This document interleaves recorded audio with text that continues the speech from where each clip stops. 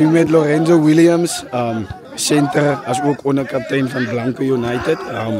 Sê gou vir my, baie manne het vanaand gesê ons verloor die game in die laaste 20 minute. Wat dink jy gaan fout as speler self?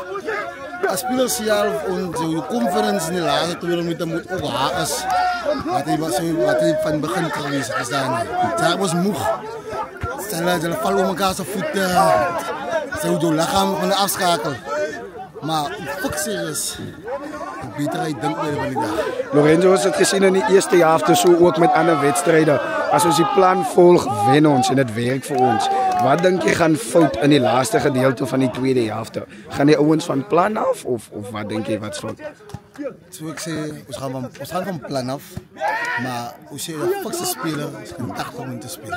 Ons sê dat so onmonet meer op ons voete dink.